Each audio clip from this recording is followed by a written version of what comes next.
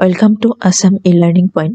আজি ক্লাছ 9 মোৰ সমাজ বিজ্ঞান অভ্যাস পুস্তিকাৰ পঞ্চম অধ্যায় ইতিহাসৰ অসমত ব্ৰিটিছ প্ৰশাসনৰ আৰম্ভণি পাঠটিৰ সমূহ আলোচনা কৰিম। ধাৰণা দিছে যে উত্থান আৰু পতন এক চিৰাচৰিত ঘটনা। আহোম ৰাজতন্ত্ৰত ইয়াৰ ব্যতিক্ৰম নাছিল। 1826 খ্ৰীষ্টাব্দত তথা 1826 চনত ইয়াণ্ডাবু সন্ধিয়ে আহোম ৰাজ্যৰ পৰিসমাপ্তি ঘটাই ব্ৰিটিছ সাম্ৰাজ্যৰ বেলি উদিত কৰিছিল আৰু প্ৰথম অৱস্থাত ইংৰাজসকল গোটেই অসমখনে নিজৰ দখললৈ নানি পূবফালে থকা মটক মৰাণ খামতি আৰু চিংফৌ ৰজাক তেওঁলোকৰ নিজ নিজ ৰাজ্য শাসন কৰিবলৈ দি ব্ৰহ্মপুত্ৰ উপত্যকাৰ বাকী অংশখিনি নিজৰ অধীনলৈ পৰ্যায়ক্ৰমে লৈ আহিছিল।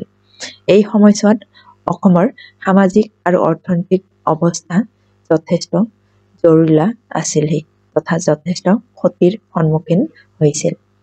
ক্ৰিয়াকলাপ চাওক। ক্ৰিয়াকলাপ 1 দিয়া আছে। প্ৰথম ইংগ-বাৰ্মা যুদ্ধ 4খন ৰণাংগত সংঘটিত হৈছিল। ইয়াৰে 2খন তলত উল্লেখ কৰা আছে আৰু বাকী 2খন ৰণাংগৰ নাম লিখিব কৈছে। ব্ৰহ্মপুত্ৰ উপত্যকা তথা আহোম ৰাজ্য আৰু ব্ৰহ্মদেশ এই 2খন ঠাইৰ নাম দিয়া আছে। আন 2খন হৈছে মণিপুৰ আৰু কাছাৰ ৰাজ্য। আহোম ৰাজ্য তথা ব্ৰহ্মপুত্ৰ উপত্যকা, কাছাৰ, মণিপুৰ আৰু ব্ৰহ্মদেশ। ক্ৰিয়াকলাপ 2 শুদ্ধ উত্তৰটো বাছি ৰাইট চিহ্ন দিয়া। কোনটো শুদ্ধ হ'ব তাতে ৰাইট চিহ্নটো দিব কৈছে। ক নম্বৰ গোবিন্দ চন্দ্ৰ আছিল কাছাৰৰ ৰজা। শুদ্ধ। ডেভিড স্কটক ব্ৰহ্মপুত্ৰ উপত্যকাৰ শাসনৰ দায়িত্বভাৰ দিয়া হয় 1820 চনত। নামনি অসমৰ মাটিৰ যি জৰীপ কৰা কাৰ্য, সেই জৰীপ কৰা কাৰ্য ৰবাৰ্টছনৰ দিনত হৈছিল। নেক্সট মাটিৰ পাট্টা দিয়াৰ নিয়ম প্ৰচলন হৈছিল ৰবাৰ্টছনৰ দিনত, জেনকিন্সৰ দিনত। ৰবাৰ্টছনৰ দিনতেই দিয়া হৈছিল। প্ৰশ্ন ডেভিড স্কটৰ দিনত কামৰূপত প্ৰচলিত জন্মৰি কৰক কি বোলা হৈছিল? কামৰূপত প্ৰচলিত জন্মৰি কৰক পাইক কৰ বোলা হৈছিল আৰু দৰঙত সেই কৰক জুহাল কৰ বুলি কোৱা হৈছিল। ব্ৰহ্মপুত্ৰত প্ৰথম ইঞ্জিনযুক্ত জাহাজৰ প্ৰচলন হৈছিল জেনকিন্সৰ দিনত। 3 দিয়া আছে। ডেভিড স্কট, ৰবাৰ্টছন আৰু মেজৰ জেনকিন্স এই 3জন ইংৰাজ বিষয়াই অসমত ৰাজহ, প্ৰশাসনিক আৰু বিচাৰ আদি বিভিন্ন দিশত সংস্কাৰ সাধন কৰিছিলহি আৰু তলত এইকেইজন ইংৰাজ বিষয়াই কৰা সংস্কাৰ সম্পৰ্কত শুদ্ধ নে অশুদ্ধ সেইটো নিৰ্ণয় কৰি খালী বাকচবিলাকত লিখিব কৈছে। প্ৰথমতে প্ৰশ্ন দিয়া আছে যে ডেভিড স্কটে কোনটো শুদ্ধ হয়। যদি শুদ্ধ হয় শুদ্ধ লিখিম বাকচটোত আৰু যদি অশুদ্ধ হয় তেন্তে অশুদ্ধ লিখিম বাকচত। ডেভিড স্কটে উজনি অসমত পাইক প্ৰথা উঠাই দি তাৰ বিনিময়ত প্ৰতিজন লোকৰ পৰা 3 টকা হাৰে খাজনা আদায় কৰিছিলহি। এইটো অশুদ্ধ। ইয়াতে খেতি কৰিবৰ বাবে 3 পুৰাকৈ মাটি দিছিল এজন খেতিয়কক আৰু তাৰ বাবদ খেতিয়কজনে 2 টকাকৈ ডেভিড স্কটক দিব লাগিছিলহি। আহোম শাসনৰ সময়ত কৰমুক্ত দেৱোত্তৰ, ব্ৰহ্মোত্তৰ আৰু ধৰ্মোত্তৰ মাটিৰ ওপৰত ডেভিড স্কটেও কৰ লগোৱা নাছিল। এইটো অশুদ্ধ। ডেভিড স্কটে কৰ লগাইছিল। সাধাৰণ মাটিৰ তুলনাত এই কৰ আধাহে দিব লাগিছিল। সাধাৰণ কৰ যদি 2 টকা হয় ইয়াতে 1 টকা দিব লাগিছিল আৰু এই কৰক কোৱা হৈছিল বৰঙণি বুলি কোৱা হৈছিল। ডেভিড স্কটে স্থানীয় সাধাৰণ দেৱানী আৰু ফৌজদাৰী গোচৰৰ নিষ্পত্তিৰ বাবে কেতবৰ পঞ্চায়ত গঠন কৰিছিল। হয়, এইটো শুদ্ধ। ৰবাৰ্টছনে মাটিৰ গুণাগুণ নিৰ্ধাৰণ কৰি খাজনাৰ নিৰিখ ধাৰ্য কৰিছিল। এইটো শুদ্ধ। খাজনা সংগ্ৰহৰ শোষণ বন্ধ কৰিবলৈ ৰবাৰ্টছনে মাটিৰ প্ৰকাৰ, পৰিমাণ, কৃষকৰ নাম ঠিকনা আদিৰ তথ্য লিখি ৰখাৰ ব্যৱস্থা কৰিছিল। হয়, এইটো শুদ্ধ। নেক্সট জেনকিন্সে জন্মৰি কৰৰ সলনি ভূমি ৰাজহ ব্যৱস্থা প্ৰৱৰ্তন কৰিছিল। এইটো শুদ্ধ হয়। নেক্সট টিকট কৰ, আয়কৰ, আমদানি কৰ আদি জেনকিন্সে উঠাই দিছিল। এইটো অশুদ্ধ হয়। এইবোৰ লগাইছিলহে। নেক্সট প্ৰশ্ন জেনকিন্সে জিলাসমূহক টাংগনী নামেৰে কিছুমান ৰাজহ গোটত ভাগ কৰি একোজন ফুকন, ৰাজখোৱা আৰু বড়োৱাক দায়িত্ব দিছিল কৰ সংগ্ৰহ কৰাৰ বাবে। এইটো শুদ্ধ হয়। নেক্সট গুৱাহাটীত জেনকিন্সে অসমৰ কমিশনাৰ সদৰ কাৰ্যালয় পাতিছিলহি এইটো নহয় অশুদ্ধ যোৰহাটৰ পৰা শিৱসাগৰলৈ নিজৰ সদৰ কাৰ্যালয়টো সলনি কৰিছিলহি অসমত ব্ৰিটিছ বিৰোধী বিদ্ৰোহৰ সূত্ৰপাত হোৱাৰ 4টা কাৰণ লিখা অসমত ব্ৰিটিছ বিৰোধী বিদ্ৰোহৰ সূত্ৰপাত হোৱাৰ 4টা কাৰণ হৈছে যে অসমত ব্ৰিটিছ এটা কাৰণ দিয়ে আছে অসমত ব্ৰিটিছ শাসন প্ৰতিষ্ঠাৰ ফলত আহোম ডাঙৰীয়াসকলে পূৰ্বৰ তথা আগৰ যি ভোগ কৰি অহা সা-সুবিধাবোৰ সেইবোৰ হেৰুৱাবলগীয়া হোৱাত তেওঁলোক ব্ৰিটিছৰ বিৰোধী হৈ পৰিছিল আৰু আন 3টা লিখিব হৈছে আৰু সেইবোৰ হৈছে ক'ব পাৰি যে অভিজাতসকলে তথা অভিজাত শ্ৰেণীটোৱে পূৰ্বৰ যি মান মৰ্যাদা লাভ কৰিছিল সেই মান মৰ্যাদাৰ লগত মিলাই প্ৰশাসনিক বিষয়া বা ইত্যাদি নপোৱাত বিদ্ৰোহাত্মক মনোভাৱ এটা গঢ় লৈ উঠিছিল ব্ৰিটিছৰ বিৰুদ্ধে নেক্সট ক'ব পাৰি যে ইংৰাজ শাসনৰ লগত প্ৰশাসনীয় কামত দক্ষ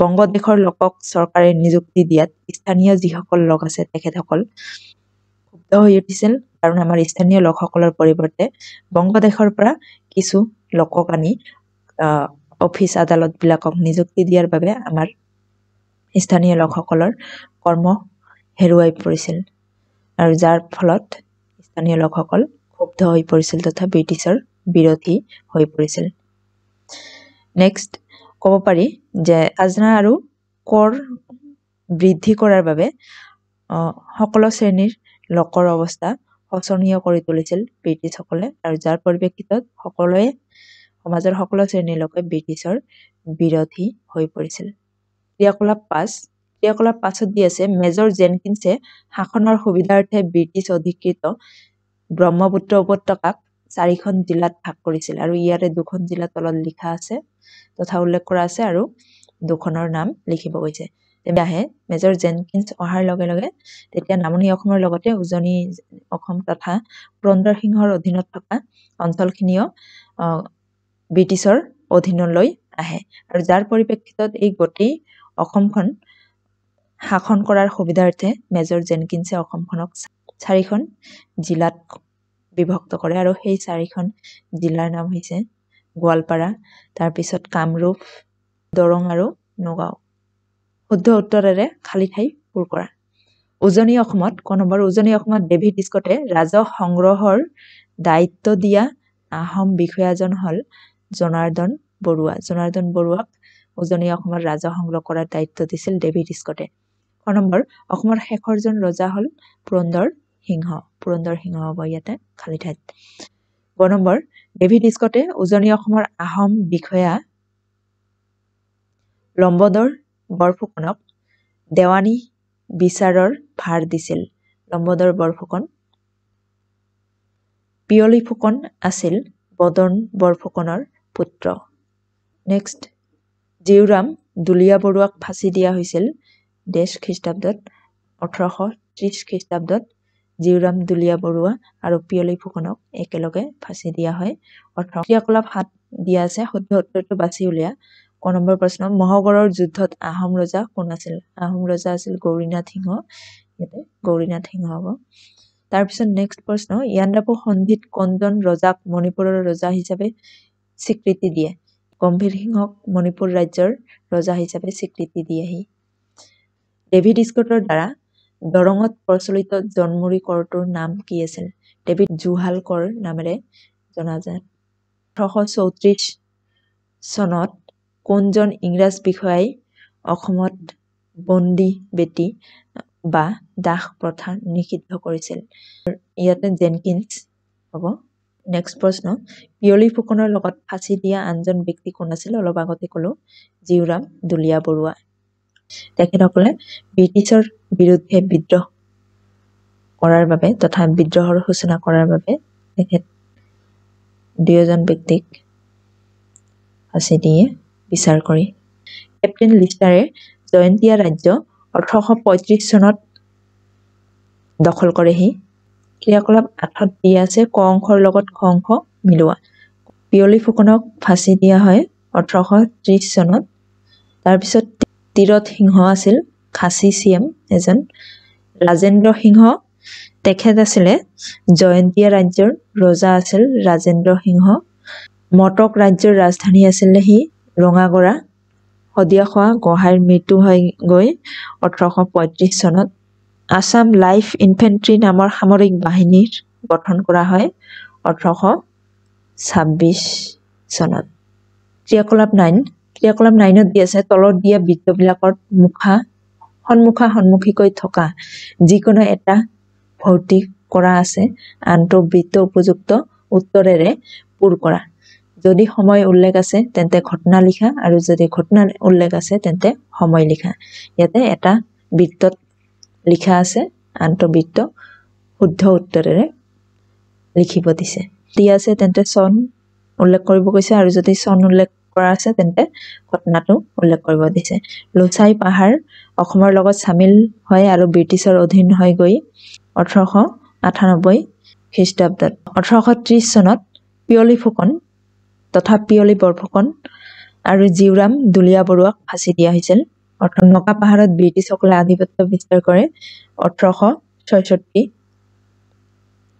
খ্ৰীষ্টাব্দত 1831 চনত ডেভিড স্কটৰ মৃত্যু হৈ গৈ ক্ৰিয়াকলাপ 10ত দি আছে তলৰ ব্যক্তি কেইগৰাকীৰ বিষয়ে চমুকৈ লিখা ক নম্বৰ দি আছে তুলাৰাম সেনাপতি কাছাৰৰ তথা কাছাৰ ৰাজ্যৰ এজন সেনাপতি আছিল তেওঁ সমগ্ৰ কাছাৰ অঞ্চল ব্ৰিটিছৰ পৰা দাবী কৰিছিলহি কিন্তু ইংৰাজসকলে তুলাৰামক উত্তৰ কাছাৰৰ কৰতলীয়া শাসক হিচাপে স্বীকৃতি দিছে খ নম্বৰ গমধৰ কোঁৱৰ অসমত প্ৰথমে ব্ৰিটিছ প্ৰশাসনৰ বিৰোধিতা কৰা গমধৰ কোঁৱৰ আহোম ৰাজ পৰিয়ালৰ এজন লোক আছিল গমধৰ কোঁৱৰক সমৰ্থন কৰিছিল ধনঞ্জয় আৰু তেওঁৰ পুত্ৰ হৰনাথ জিউৰাম দুলীয়া বৰুৱা পিয়লি বৰফুকন ইত্যাদিয়ে ইংৰাজে উজনি অসমৰ সামৰিক শাসনৰ অৰ পেলাই তাৰ পৰা ব্ৰিটিছ সৈন্য অপসাৰণ কৰিছিল আৰু সেই অৱস্থাৰ সুযোগ বুজি গমধৰ কোঁৱৰৰ নেতৃত্বত ব্ৰিটিছ